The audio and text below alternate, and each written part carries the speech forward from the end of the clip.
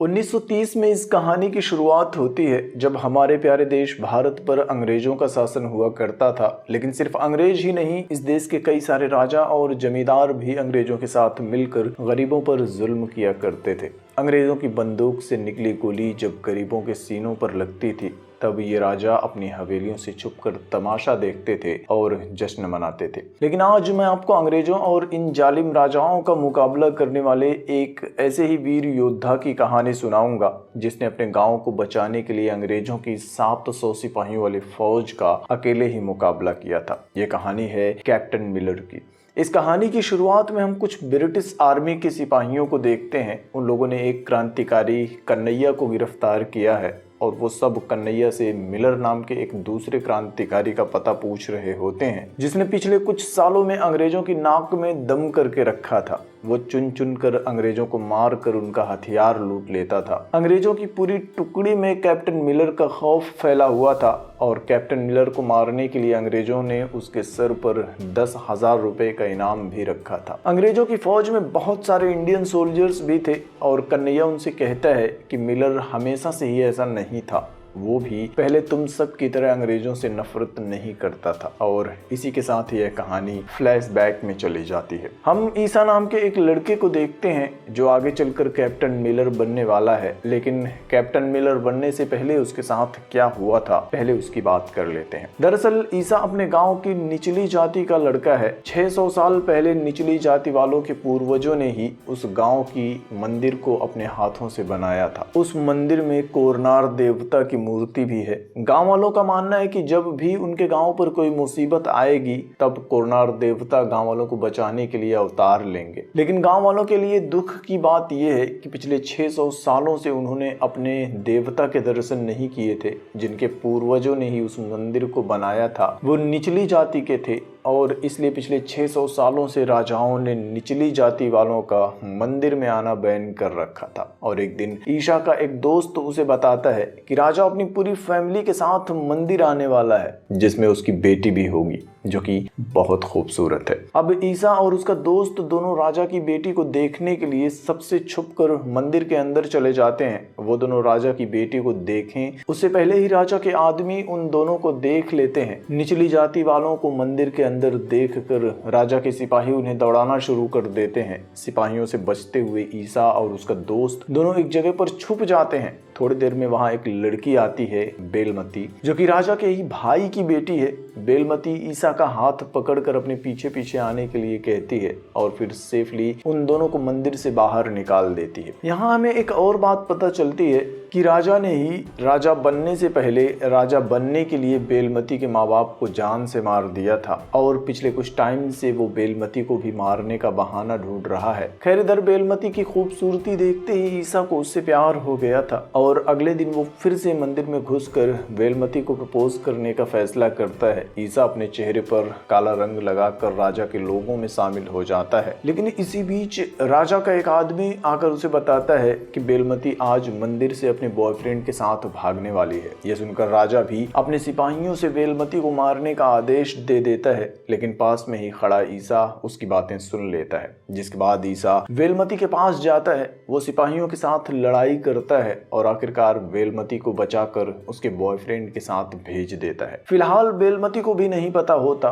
कि उसे बचाने वाला कौन है। और इसके बाद ईसा ब्रिटिश आर्मी में भर्ती होने का फैसला करता है। उसकी बात सुनकर गांव के बहुत सारे लोग उससे नाराज हो जाते हैं। इसके बाद हम ईसा के बड़े भाई सेंगोलन को भी देखते हैं। वो एक क्रांतिकारी है और अंग्रेजों के खिलाफ अपनी लड़ाई लड़ रहा है। वो ईसा के पास आकर उसे समझाता है कि हम सब अंग्रेजों के जुल्म से तंग आ चुके हैं, उन्हें अपने देश से भगाना चाहते हैं और तुम उनकी तरफ से ही लड़ना चाहते हो। तब ईसा कहता है कि अगर हमने उन्हें भगा दिया तो क्या फर्क पड़ेगा, ये राजा लोग ही हम पर राज करेंगे और हम निचली जाति के हैं, हमारे लिए क्या बदलेगा। लेकिन अगर मैं उनकी फौज में गया तो सब लोग एक बराबर माने जाते हैं, सबको पेट भर खाना मिलता है, कोई वहाँ अछूत नहीं है। सेंगोलन भी अपने भाई की बातों का जवाब नहीं दे पाता और आखिरकार कुछ ही दिनों में ईसा ब्रिटिश फौज को ज्वाइन कर लेता है। एक कैंप में कई दिनों तक ईसा की ट्रेनिंग होती है और इसी ट्रेनिंग कैंप में ईसा की मुलाकात रफी और सिम्बट्टा नाम के 2 और सोल्जर्स से होती है। ट्रेनिंग के दौरान इन तीनों के बीच काफी अच्छी दोस्ती हो जाती है और ट्रेनिंग पूरी होने के बाद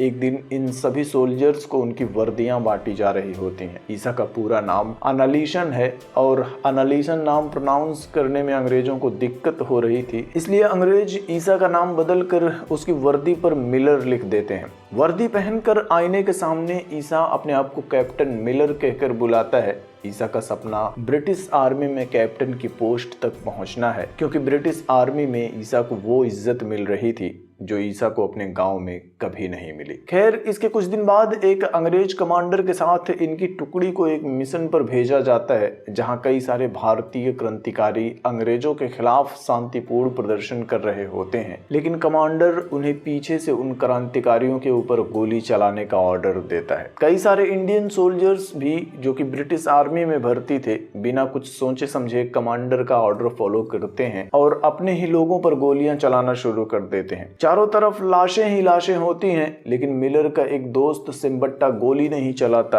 और यह देखकर कमांडर उसे भी गोली मार देता है और सभी लाशों को जला देने का ऑर्डर देता है। लेकिन सिम्बट्टा की मौत देखकर मिलर बहुत गुस्सा हो जाता है और वो अपने ही कमांडर को गोली मार देता है। मिलर खुद को भी गोली मारने वाला होता है, तभी रफी उसे रोक लेता है और वहां से भगा देता है। इसके बाद मिलर अपने गांव वापस आ जाता है, लेकिन तब तक गांव वालों को भी पता चल चुका था कि जिस टुकड़े ने क्रांतिकारियों के ऊपर गोली चलाई है उनमें ईसा भी शामिल था। तब वो लोग ईसा को अपने गांव से भगा देते हैं। अपने ही लोगों पर गोली चलाने और अपने ही गांव से निकाले जाने के बाद मिलर कई दिनों तक इधर उधर भटकता रहता है और दूसरी तरफ हम कन्हैया को देखते हैं, जो कि क्रांतिकारियों की एक टुकड़ी का लीडर होता है। वो लोग कुछ अंग्रेज सिपाहियों के साथ लड़ाई लड़ रहे होते हैं, लेकिन क्रांतिकारियों की टीम कमजोर पड़ रही थी। तभी वहां मिलर आ जाता है और थोड़ी ही देर में वो अकेले ही अंग्रेजों की पूरी टुकड़ी को मार गिराता है। मिलर का निशाना बहुत अच्छा होता है। यह देखकर कन्हैया उसे अपने ग्रुप में शामिल करने के बारे में सोचता है। तब एक क्रांतिकारी कहता है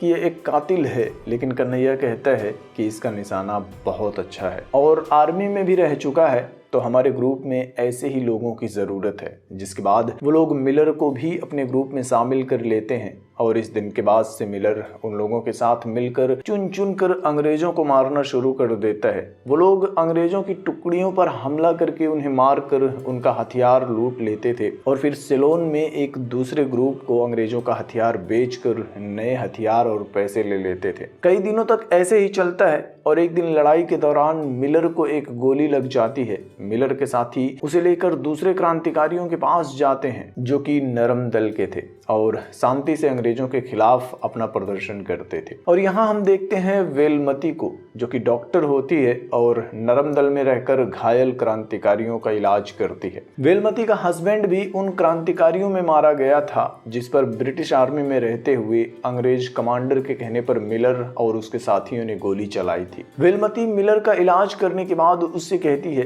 कि मैं तुम्हें मारना चाहती हूँ, लेकिन मेरा काम मारना नहीं जान बचाना है। लेकिन अगर तुम अपने पापों का प्रायश्चित करना चाहते हो तो जनरल के बेटे रायली को मार दो, क्योंकि वो एक दरिंदा है। दूसरी तरफ हम जनरल के बेटे रायली को देखते हैं, जो कि राजा के साथ मंदिर में होता है।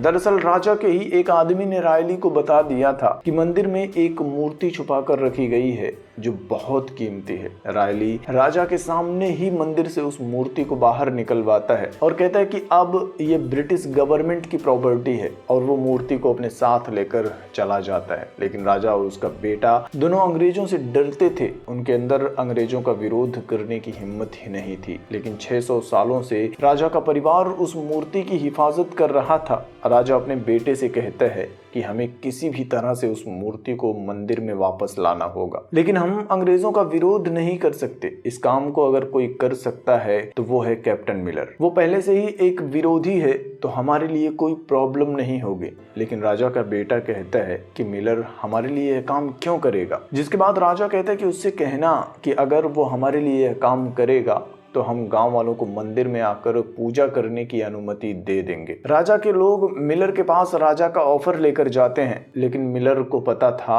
कि राजा ने झूठ बोला है। मूर्ति मिलने के बाद वो अपने वादे से मुकर जाएगा, मुझे और मेरी टोली को भी मार डालेगा, लेकिन फिर भी मिलर अपने गांव वालों के लिए उनका काम करने के लिए तैयार हो जाता है। अगले दिन रायली अपनी पूरी सेना के साथ मूर्ति लेकर जा रहा होता है, लेकिन रास्ते में अपने क्रांतिकारी दोस्तों के साथ मिलकर मिलर उनके ऊपर हमला कर देता है। काफी देर तक लड़ाई चलती है और आखिर में मिलर रायली को घायल कर देता है। गिड़गिड़ाते हुए रायली मिलर से कहता है कि तुम मुझे छोड़ दो, तुम जो मांगोगे मैं दूंगा, क्योंकि मैं यहाँ के जनरल का बेटा रायली हूँ। यह सुनकर मिलर को बेलमती की बात याद आ जाती है और मिलर रायली को मारकर मूर्ति लेकर वहां से सेलोन भाग जाता है। इधर जनरल का बेटा मरा था तो अब अंग्रेज कमांडर वेंडी एक पूरी टुकड़ी लेकर मिलर के गांव आता है। वो लोग गांव वालों को पकड़कर उन्हें टॉर्चर करना शुरू कर देते हैं और उनसे पूछते हैं कि मिलर कहाँ है। गांव वालों को पता ही नहीं होता कि मिलर कहाँ है, लेकिन वेंडी अपने सोल्जर्स को ऑर्डर देता है कि जब तक ये लोग मिलर का पता नहीं बताते, इनके सामने ही हर घंटे इनमें से एक एक आदमी को मारते रहना। सोल्जर्स हर घंटे में एक एक आदमी को मारना शुरू कर देते हैं। दूसरी तरफ वहीं पर गांव वालों को बचाने के लिए कन्हैया और उसका क्रांतिकारी दल लड़ाई लड़ रहे होते हैं, पर उनके साथ मिलर नहीं था। क्रांतिकारियों का दल बहुत कमजोर हो जाता है, कई लोग घायल हो जाते हैं, उनकी गोलियां खत्म होने वाली होती हैं, क्रांतिकारियों की हार नजदीक होती है। वहीं दूसरी तरफ अपने महल के अंदर बैठकर राजा मिलर के ऊपर बहुत गुस्सा होता है, तो उसका बेटा गांव वालों के ऊपर चल रही अंग्रेजों की गोलियों की आवाज सुनकर बहुत खुश होता है। इधर हर क्रांतिकारी की हालत खराब होती जा रही थी, तो आखिरकार मजबूर होकर कन्हैया अपने क्रांतिकारियों को बचाने के लिए खुद को सरेंडर कर देता है और अंग्रेजों से कहता है कि मैं मिलर का पता जानता हूँ, वो सेलोन में है। इसके बाद कहानी प्रेजेंट में आ जाती है। अंग्रेज अपनी एक टुकड़ी को सेलोन भेजते हैं, तब तक उन्हें पता चलता है कि मिलर सेलोन से भाग गया है। दरअसल सेलोन पहुंचकर मिलर ने मूर्ति वाला बॉक्स खोलकर अपने कोरनार देवता का दर्शन कर लिया था और जब मिलर को पता चलता है कि उसे पकड़ने के लिए अंग्रेज गांव वालों को मार रहे हैं, तब मिलर सेलोन से अपने दोस्तों को लेकर गांव आ जाता है। इस बार मिलर के हाथ में एक बहुत बड़ी बंदूक होती है। वो लोग अचानक से अंग्रेजों की सेना पर हमला कर देते हैं। गांव में मौजूद क्रांतिकारियों को भी नए हथियार मिल जाते हैं। क्रांतिकारियों का ग्रुप अंग्रेजों की सेना को घेर कर उन्हें मारना शुरू कर देता है। अपनी हार देखकर वेंडी अपने कुछ सिपाहियों के साथ वहां से भागने लगता है, लेकिन मिलर उसका पीछा करता है। वेंडी अपनी जीप में बैठने वाला होता है, तब मिलर ये वाला हथियार चलाकर वेंडी की जीप को ब्लास्ट कर देता है, लेकिन फिर भी वेंडी बच जाता है और अपने कुछ साथियों के साथ वहां से भाग जाता है। इधर गांव में बचे हुए ब्रिटिश आर्मी के सोल्जर्स मिलर के सामने सरेंडर कर देते हैं। मिलर उनके पास जाता है और उनमें जितने भी इंडियन सोल्जर्स थे सबको छोड़ देता है। यह देखकर एक अंग्रेज सोल्जर मिलर से कहता है कि हमें मारने के बाद तू भी नहीं बचेगा, जिसके बाद मिलर कहता है कि तूने शैतान को देखा है, वो मैं ही हूँ। इसके बाद मिलर उन सबको गोली मार देता है, लेकिन अब गांव वालों को बचाना बहुत जरूरी होता है। कन्हैया मिलर से कहता है कि वेंडी अपनी सेना लेकर वापस जरूर आएगा, हमें गांव वालों के लिए एक सुरक्षित जगह ढूंढनी होगी। लेकिन समस्या ये थी कि गांव का हर आदमी मरने को तैयार था, लेकिन कोई भी कहीं जाने को तैयार नहीं था। आखिरकार मिलर कहता है कि गांव वालों को बचाने के लिए उन्हें मंदिर के अंदर भेजना होगा। वेलमती भी उन लोगों का साथ देती है। वो कुछ लोगों को मंदिर के पीछे लेकर जाती है, जहां मंदिर के अंदर घुसने के लिए एक सीक्रेट दरवाजा होता है। वेलमती कुछ लोगों की हेल्प से मंदिर के पीछे का दरवाजा खोलने की कोशिश करती है। दूसरी तरफ से बाकी लोग राजा और उसकी सेना के ऊपर अटैक कर देते हैं और इस लड़ाई में राजा और उसका बेटा दोनों मारे जाते हैं। उनकी मौत के बाद गाँव वालों को मंदिर में घुसने से कोई रोकने वाला नहीं होता, लेकिन अभी भी एक लड़ाई बाकी थी। दूसरी तरफ हम जनरल वेंडी को देखते हैं।